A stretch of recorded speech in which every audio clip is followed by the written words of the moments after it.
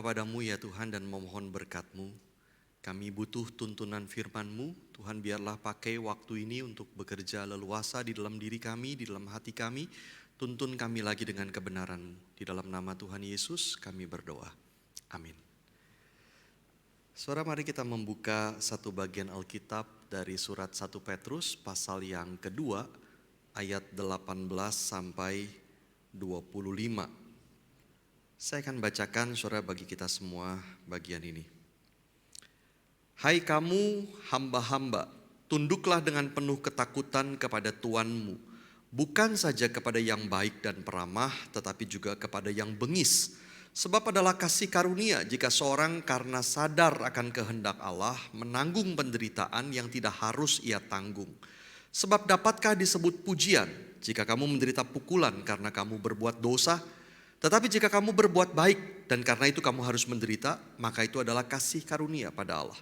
Sebab untuk itulah kamu dipanggil, karena Kristus pun telah menderita untuk kamu dan telah meninggalkan teladan bagimu, supaya kamu mengikuti jejaknya.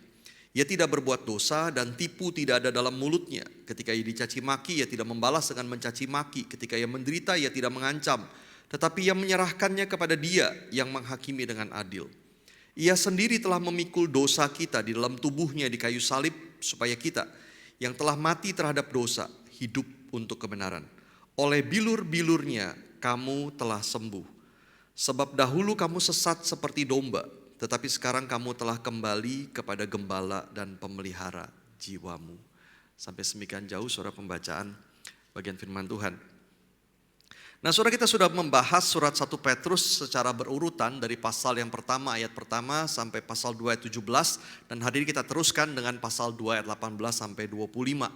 Saudara, kalau memperhatikan pembacaan surat 1 Petrus, sebetulnya dari mulai pasal 1 ayat 1 sampai pasal 2 ayat 10. Saudara, itu adalah bagian yang pertama dari surat 1 Petrus. Karena saudara di dalamnya bicara tentang teologi hidup Kristen.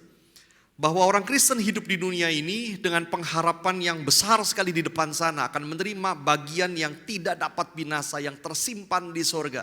Dan pengharapan itu pasti akan kita terima karena Kristus sudah bangkit dan kita sudah dilahirkan kembali. Maka orang Kristen menjalani kehidupan di dunia walaupun penuh dengan penderitaan, tetapi dengan kekuatan oleh Allah yang memelihara kita.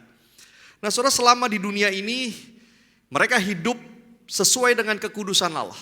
Bersungguh-sungguh untuk saling mengasihi, membuang kejahatan, menjadi batu hidup untuk pembangunan rumah rohani di mana Kristus adalah batu penjuru. Nah, saudara, itu disampaikan di dalam pasal 1 ayat 1 sampai pasal 2 ayat 10. Sebuah teologi tentang hidup Kristen yang sangat luar biasa sekali. Tetapi mulai dari pasal 2 ayat yang ke-11, bagian yang sudah dibahas minggu lalu oleh Pak Misael, saudara, Petrus mulai menelusuri tema yang lain. Dia ingin mereka mengerti secara lebih praktis bagaimana hidup di tengah-tengah dunia ini. Dan ayat yang menjadi kunci saudara adalah pasal 2 ayat 11 sampai 12. Saya bacakan lagi. Saudara-saudaraku yang kekasih, aku menasihati kamu supaya sebagai pendatang dan perantau, kamu menjauhkan diri dari keinginan-keinginan daging yang berjuang melawan jiwa. Milikilah cara hidup yang baik di tengah-tengah bangsa-bangsa bukan Yahudi, supaya apabila mereka memfitnah kamu sebagai orang durjana, mereka dapat melihatnya dari perbuatan-perbuatanmu yang baik dan memuliakan Allah pada hari Ia melawat mereka. Nah, saudara, di dalam pasal pertama, ayat pertama, Petrus sudah menyebut pembacanya sebagai orang-orang pendatang, strangers.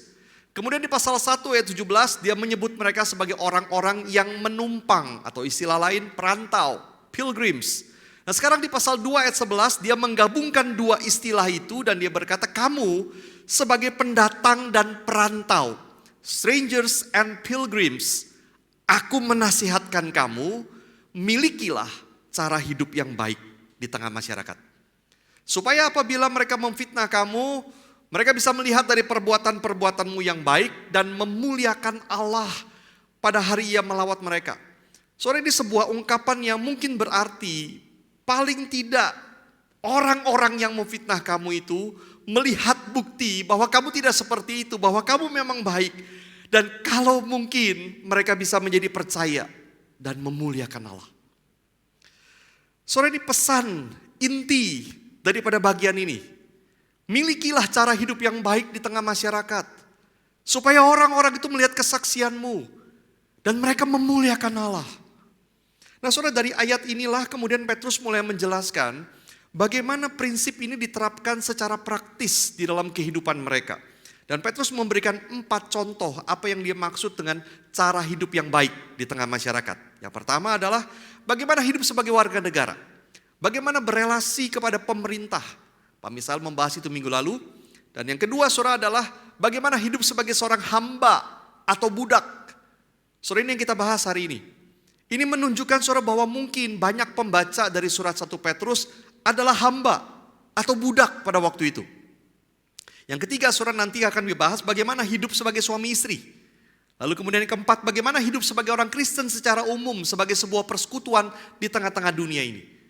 Nah saudara, kita akan membahas bagian kita hari ini yaitu bagaimana hidup sebagai hamba atau budak. Saudara, pada zaman itu ada banyak sebab mengapa seseorang sampai bisa menjadi budak. Ada yang karena lahir sebagai anak dari seorang budak maka otomatis dia menjadi budak. Ada yang kemudian menjadi budak karena dia menjadi tawanan perang dan kemudian dia diperbudak. Ada juga yang kemudian karena hutang sehingga dia menjual dirinya sebagai budak, sekian tahun dia harus bekerja untuk kemudian membayar hutangnya. Nah saudara, kondisi yang dialami oleh para budak sebetulnya juga sangat variatif sekali. Tergantung di mana mereka ditempatkan untuk bekerja. Saudara, lokasi mereka mungkin mereka bisa bekerja di perkebunan, mereka mungkin bisa bekerja di rumah tangga, tergantung di mana mereka ditempatkan dan sangat tergantung kondisi mereka kepada sikap dari Tuhan mereka. Saudara, tetapi penekanan Petrus adalah begini, apapun situasinya, relasi antara Tuhan dan hamba atau budak itu menuntut ketaatan. Maka seorang budak Kristen harus memenuhi kewajiban relasinya itu, yaitu tunduk kepada tuannya. Apakah tuannya baik, peramah, apakah tuannya bengis, itu bukan masalah utama. Tetapi masalah utama adalah relasi tuan dan budak itu menuntut ketaatan dan dia minta mereka memenuhi kewajiban itu. Saudara, bagi kita yang hidup di zaman ini, nasihat Petrus sulit sekali untuk kita pahami, bukan? Keberatan yang seringkali diucapkan, saudara, pertama-tama adalah mengapa Alkitab tidak mengajarkan untuk menghapus perbudakan? Mengapa Alkitab bahkan seperti di bagian ini meminta budak tunduk kepada tuannya? Apakah Alkitab mendukung perbudakan? Saudara, jawaban singkatnya tidak. Tetapi ada beberapa alasan saudara yang mungkin mengapa para rasul tidak mengajak jemaat menghapus perbudakan. Yang pertama, saudara, perbudakan itu adalah sebuah institusi yang sudah tertanam lama sekali di masyarakat. Ribuan tahun budak itu menjadi bagian dari masyarakat. Saudara, dari sejak zaman sangat kuno sekali budak itu sudah ada. Sampai di zaman Romawi pada waktu itu. Bahkan terus sampai zaman modern. Sampai abad lalu saudara, masih ada perbudakan. Bahkan sekarang pun mungkin ada perbudakan ala modern. Saudara, budak itu menopang semua bidang kehidupan masyarakat. Maka tidak semudah itu saudara menghapus sistem perbudakan. Kalau sistem ini dihapus di dalam sekejap mata, maka seluruh masyarakat Romawi akan kolaps. Begitu melekatnya sistem itu terjalin begitu erat di dalam hidup masyarakat Romawi. Yang kedua, saudara, perlakuan kepada budak tidak sekejam seperti yang sering kita bayangkan. Saudara, jangan pikir budak di zaman itu seperti perbudakan orang kulit hitam misalnya di Amerika di abad yang lalu. Saudara, berbeda sekali. Karena budak di zaman Romawi bukan karena rasialisme, bukan. Juga kebanyakan saudara bukan karena diculik lalu dijual kepada gang budak seperti yang terjadi kepada orang kulit hitam waktu mereka diperbudak di Amerika. Bukan karena itu. Tetapi saudara, kemungkinan mereka adalah karena tawanan perang atau karena mereka menjual diri mereka karena hutang mereka dan tidak bisa membayar. Dan walaupun perlakuan kepada budak itu bisa kejam sekali, tetapi saudara, orang Romawi secara umum memang seperti itu terhadap orang yang biasa pun, yang bukan budak pun, bahkan terhadap anak mereka pun, mereka memang berlaku kejam. Saudara, yang kedua, mengapa para rasul tidak langsung meminta menghapus perbudakan? Yang ketiga, saudara, budak di zaman Romawi itu bukan hanya melakukan pekerjaan kasar, tetapi mereka juga bisa menjadi pekerja administrasi, mengepalai rumah tangga, menjadi manajer usaha tuannya, bahkan menjadi guru, ada yang menjadi dokter. Dan ada jalan, cara untuk orang-orang itu bisa bebas kemudian membeli kemerdekaan mereka lagi. Dan kebanyakan bahkan para budak berhasil mencapai itu. Dan kemudian saudara satu lagi, pemerintah Romawi sangat khawatir dengan pemberontakan budak. Karena populasi budak sangat besar di dalam masyarakat. Dan pemberontakan mereka berarti akan menghancurkan seluruh sistem negara. Maka itu sebabnya setiap kali ada budak berani melarikan diri, dia akan dihukum dengan sangat kejam sekali. Dan kalau ada pemberontakan budak, akan langsung dengan cepat sekali dibinasakan oleh pemerintah Romawi. Saudara, di tengah situasi yang seperti itu, apa yang kita harapkan untuk dilakukan oleh para rasul? Para rasul tidak mengajak jemaat berontak, lawan pemerintah, hapuskan perbudakan, tidak. Di satu sisi saudara, pemberontakan seperti itu tidak akan mungkin berhasil. Dengan sangat cepat saudara, mereka pasti akan dibinasakan oleh pemerintah Romawi. Di sisi lain saudara, para rasul juga tidak ingin kekristenan dianggap sebagai sistem yang mengacaukan keharmonisan struktur sosial di masyarakat. Karena lagi-lagi saudara, perbudakan di zaman itu tidak dianggap sebagai sesuatu yang jahat. Saudara, maka yang dilakukan oleh para rasul adalah mengerjakan perubahan yang lebih lambat tetapi esensial. Saudara, para rasul mengajarkan bahwa di dalam Kristus tidak ada lagi perbedaan. Bukan hanya antara pria dan wanita, tua dan muda, tetapi antara hamba dan orang merdeka. Tidak ada lagi perbedaan karena satu di dalam Kristus. Saudara, itu revolusioner sekali di zaman itu. Bahkan Paulus minta supaya tuan yang Kristen itu menyebut hamba yang Kristen juga sebagai saudara.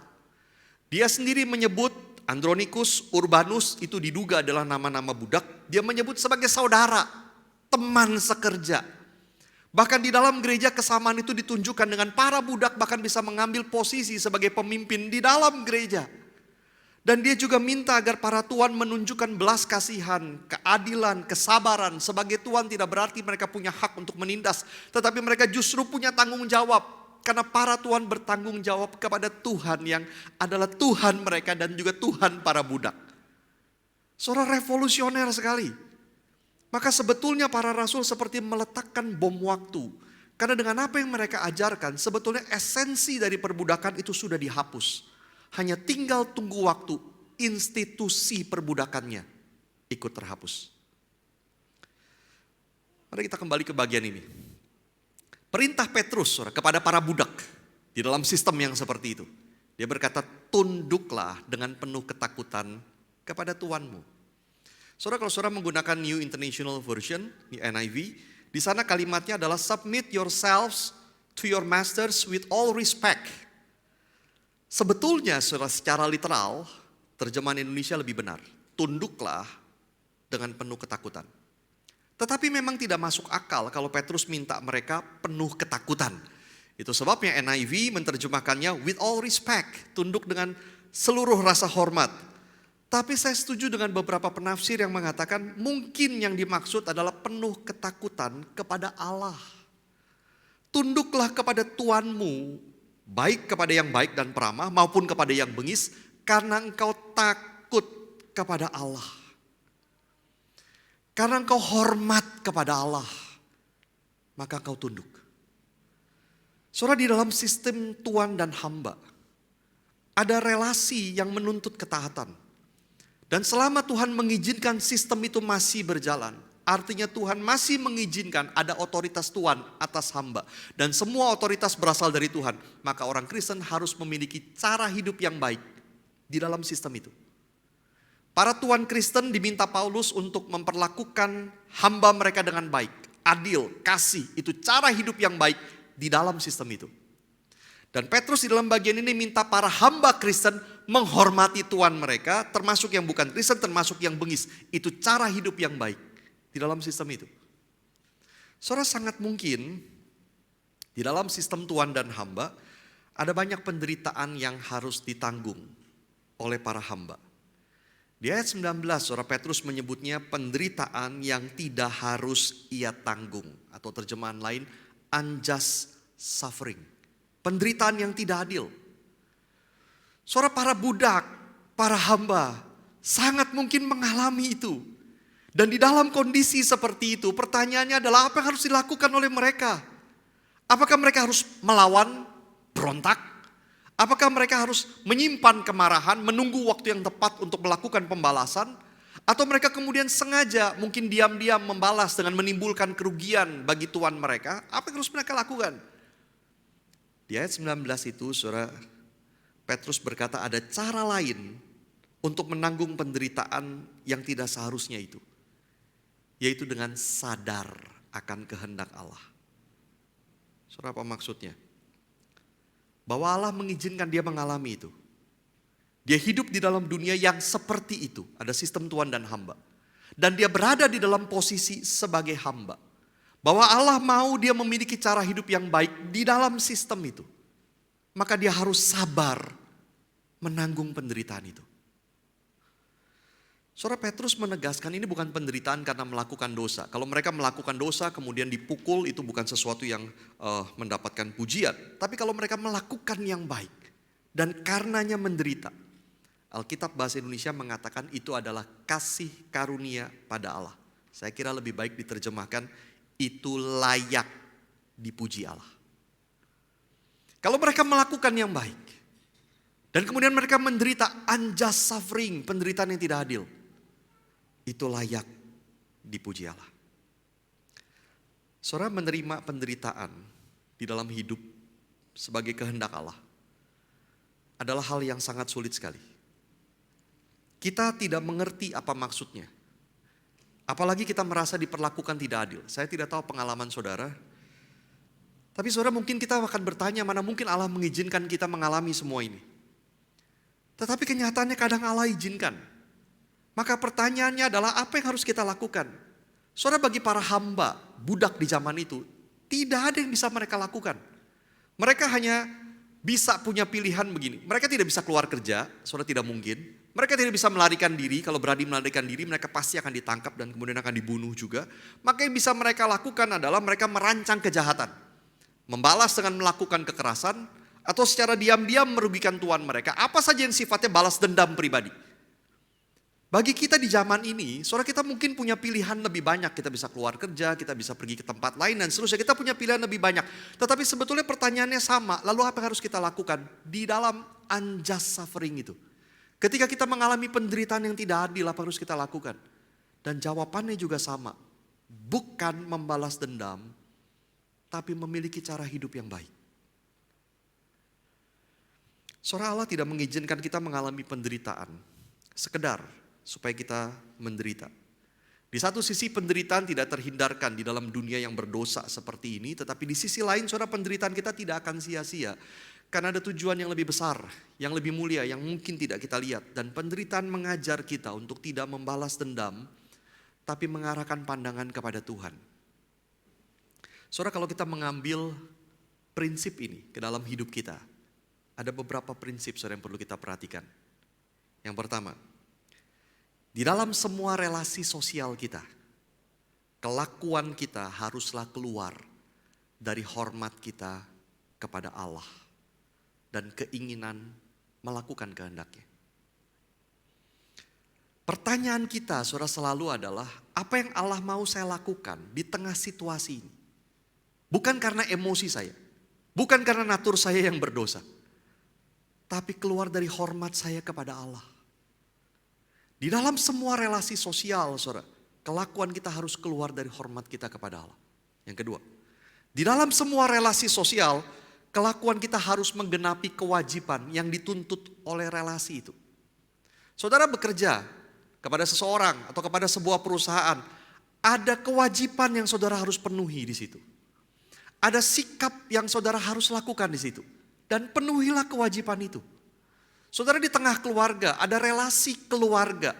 Relasi yang bukan pilihan kita. Seperti lahir di keluarga apa, orang tua yang baik atau tidak baik. Kita tidak memilih itu. Tetapi kita berada di dalam relasi itu. Dan penuhilah kewajibanmu di dalam relasi itu. Apa kehendak Tuhan di dalam relasi ini? Yang ketiga, kelakuan kita tidak boleh ditentukan oleh karakter dari pihak lain. Dia jahat kepada saya, maka saya juga akan jahat kepada dia. Oh dia orangnya memang seperti itu, maka saya akan lakukan yang seperti ini juga. Saudara, kelakuan kita tidak boleh ditentukan oleh karakter pihak lain. Kita tetap menjalankan yang benar karena Tuhan. Dan yang keempat, kalau kita menderita yang tidak seharusnya, unjust suffering, karena kita melakukan yang benar, kita menerima pujian dari Allah. It is commendable. Saudara, prinsip ini berlaku dalam segala relasi kita.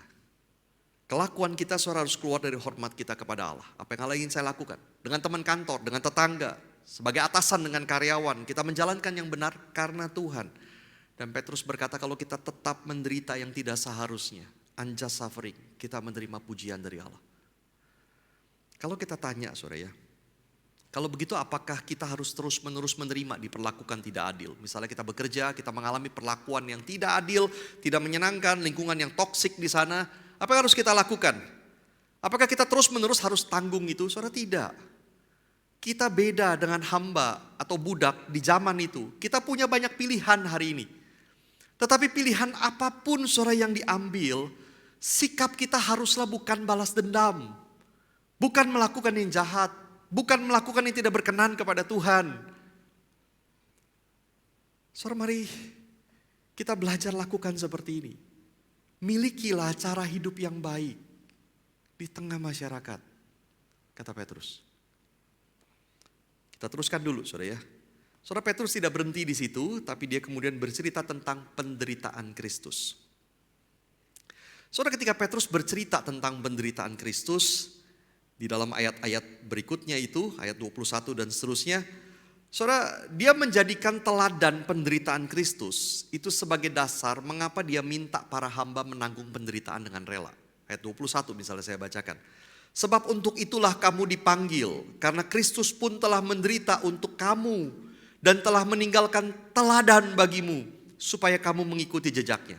Saudara, Petrus berkata orang Kristen harus dengan sabar menanggung penderitaan, karena Kristus juga sudah menderita yang sama untuk mereka.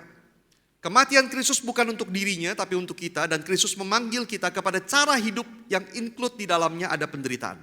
Dan Petrus berkata bahwa Kristus meninggalkan teladan bagimu. Saudara, kata teladan di dalam bahasa Yunani seperti seorang guru yang menulis abjad untuk anak-anak. Sehingga mereka bisa menyalin abjad itu yang sama seperti gurunya. Dan Yesus memberikan teladan bagaimana menanggung penderitaan yang harus menjadi pola yang diikuti oleh orang Kristen. Dan saudara, Petrus kemudian menggunakan 5 kalimat menjelaskan seperti apa pola penderitaan Kristus. Yang pertama dia bilang ayat 22, ia tidak berbuat dosa. Yang kedua, tipu tidak ada dalam mulutnya. Keduanya sama, saudara, menekankan bahwa kematian Kristus adalah unjust suffering. Penderitaan yang tidak seharusnya. Karena apa yang dilakukan oleh Kristus tidak ada satupun yang membuatnya layak untuk mengalami penderitaan dan kematian. Yang ketiga, saudara, dia berkata ketika ia dicaci maki, ia tidak membalas dengan mencaci maki. Saudara, dengan cara ini Kristus menanggung penderitaannya. Yang keempat, ketika ia menderita, ia tidak mengancam. Saudara, dalam Injil Yesus bahkan mengajarkan mintalah berkat bagi orang yang mengutuk kamu, berdoalah bagi orang yang mencaci kamu. Dia tidak membalas dengan mencaci maki. Dia tidak mengancam mereka ketika dia menderita. Dan yang kelima dikatakan ia menyerahkan kepada dia yang menghakimi dengan adil. 2 minggu lalu, saudara, dan juga minggu lalu saya berkesempatan membawa pembinaan tentang Mazmur kutukan. Dan saya kemudian mempelajari lagi bagian itu. Saudara tahu Mazmur kutukan, kalimat-kalimat di dalam Mazmur yang seringkali membuat tidak nyaman ketika kita membacanya. Karena di dalam kalimat-kalimat itu pemazmur meminta Tuhan menjatuhkan hukuman bagi musuh-musuhnya. Nah, saudara, saya menemukan satu hal yang jelas ketika mempelajari Mazmur-Mazmur itu. Yaitu pemazmur tidak pernah ingin membalas dendam. Dia tidak menutup mata terhadap dosa. Seakan-akan ada kejahatan lalu dibilang itu mah kecil, tidak apa-apa. Itu cuma baru segitu, udahlah gak usah digede-gedein. Dia sama sekali tidak begitu. Kejahatan tetap adalah kejahatan.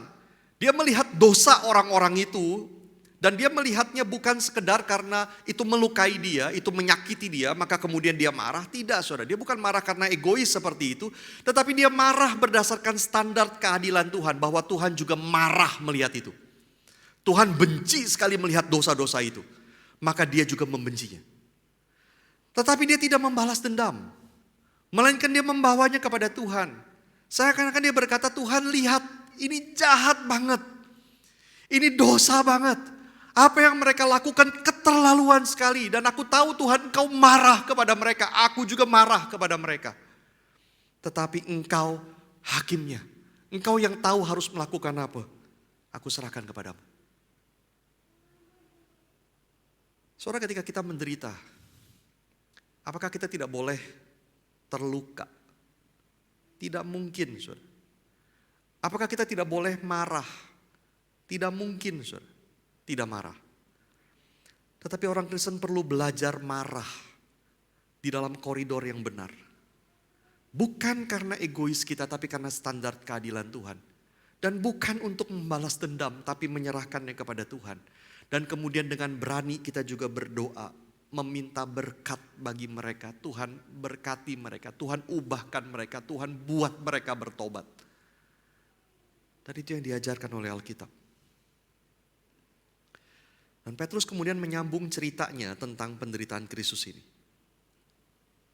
Dia berkata, saudara, Kristus, ayat 24, Kristus mati di kayu salib, memikul dosa kita di dalam tubuhnya di kayu salib, supaya kita yang telah mati terhadap dosa, hidup untuk kebenaran. Kristus mati di kayu salib, bagi Petrus bukan sekedar masalah jadi teladan bagi kita. Tetapi dia mau supaya membuat kita mati terhadap dosa. Dengan kata lain, kita berhenti berbuat dosa dan hidup untuk kebenaran. Dan dia menutup ini dengan dua perumpamaan. Yang pertama adalah kesembuhan. Dia berkata, oleh bilur-bilurnya kamu telah sembuh. Saudara, gambaran yang dipakai oleh Rasul Paulus seringkali menggambarkan hidup kita sebelum terima Kristus itu mati rohani. Tetapi Petrus, saudara, memakai gambaran di sini sakit rohani. Seperti orang sakit rohani yang disembuhkan oleh luka-luka Kristus, itulah kita. Dan sekarang kita bisa berkata kita telah sembuh. Kita bukan lagi orang yang sakit oleh dosa, tapi kita sudah sembuh karena bilur-bilur luka-luka Kristus. Dan yang kedua, saudara, dia memakai perumpamaan seperti domba yang telah tersesat dan telah kembali. Dan ada istilah yang sangat unik, ayat 25 dia berkata begini, kamu telah kembali kepada gembala dan pemelihara jiwamu. Kita kembali kepada Kristus yang mendekap dan memelihara kita. Saudara, Petrus memulai bagian ini dengan menempatkan Kristus sebagai teladan bagi kita, menanggung unjust suffering. Kristus mati bagi dosa-dosa kita, dia menanggungnya juga. Dan di sini Petrus mengakhiri bagian ini dengan menempatkan Kristus sebagai gembala yang peduli pada kebutuhan kita. Dia tahu apa yang kita alami. Pada waktu kita menderita unjust suffering, Yesus tahu itu. Dan kita adalah orang yang sudah kembali kepada gembala dan pemelihara jiwa kita. Dia sedang mendekap dan memelihara kita. Biarlah kita hidup sebagai orang yang berada di dalam dekapan dan pemeliharaan Yesus. Dan kita bisa untuk tidak berbuat dosa. Bisa tidak membalas dendam. Bisa menanggungnya. Karena bilur-bilur Kristus, luka-luka Kristus sudah menyembuhkan kita. Mari kita teduh sejenak, saudara. Mari kita bersyukur kepada Tuhan. Tuhan yang memberikan teladan kepada kita. Pola untuk kita ikuti bagaimana menanggung penderitaan dalam dunia. Dia sudah mengalami itu. Dan dia menjadikan dirinya teladan bagi kita.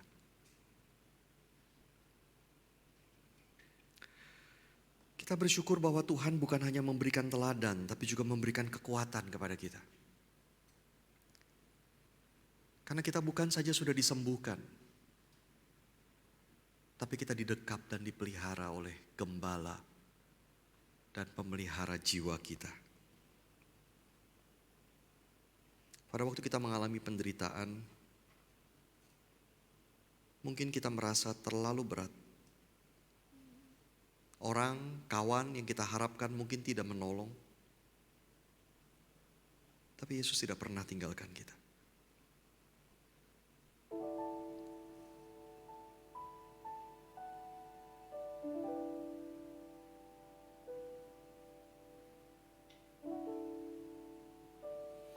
Saya ingin mengajak kita menyanyikan lagu ini, Yesus Sobat yang Sejati. Dan biarlah ini menjadi kekuatan penghiburan bagi kita.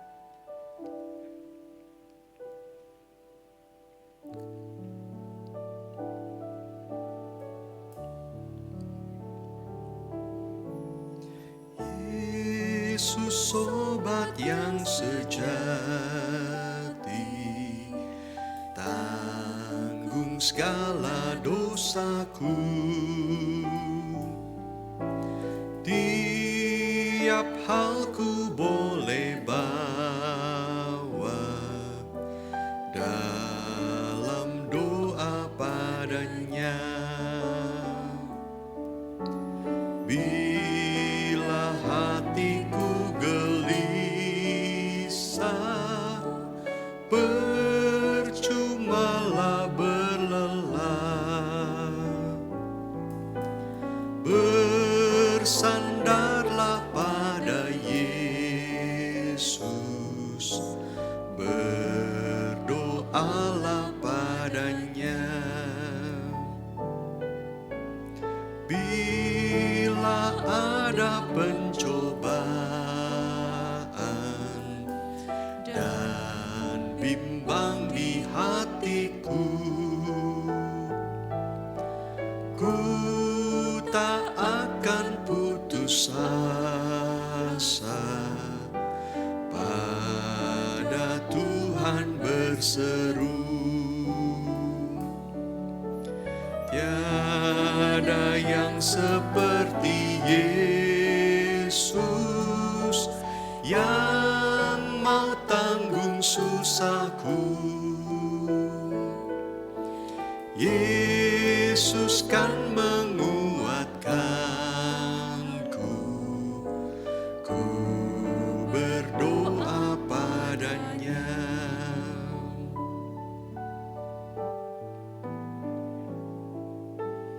Adakah hatimu susah, lelah karena beban berat? Yesuslah penolong kita, berdoalah padanya. Walau kawan tinggalkanmu, datanglah kepadanya. Dan di dalam pelukannya, hatimu sentosalah. Mari kita berdoa. Tuhan, kami bersyukur kami punya Engkau. Kami bersyukur ya Tuhan untuk keselamatan yang Tuhan berikan kepada kami. Dan Engkau memberikannya dengan mahal. Engkau menanggung unjust suffering bagi kami. Dan Tuhan, di dalam dunia ya Tuhan, kami pun banyak menanggung unjust suffering. Dan biarlah ya Tuhan kami memandang kepadamu, mengikuti teladan-Mu, dan dikuatkan oleh-Mu. Tolong kami ya Tuhan, hidup Kristen kami, iman kami kepadamu, memberitahu bahwa kami punya pengharapan yang sangat mulia. Dan hidup kami hari ini sangat mulia bersama dengan Tuhan. Biarlah kami hidup sesuai dengan apa yang Tuhan sudah berikan kepada kami. Kami hidup benar. Kami memiliki cara hidup yang baik. Dan biar itu menjadi kesaksian bagi banyak orang. Dan kami bersyukur ya Tuhan untuk kekuatan yang terus-menerus Tuhan karuniakan kepada kami. Tuhan topang hidup kami terus, dekap kami dan pelihara kami. Dalam nama Tuhan Yesus kami berdoa. Amin. Saudara, ada 2 reflection questions bagi kita. Silakan boleh ditampilkan. Yang pertama, saudara, apakah kamu mengalami unjust suffering hari ini? Saya tidak tahu apa yang saudara alami. Berdoalah agar teladan Kristus dan pujian Allah menolongmu untuk menanggungnya. Yang kedua, renungkanlah dan bersyukurlah untuk keadaanmu yang telah sembuh dan telah kembali kepada gembala dan pemelihara jiwamu.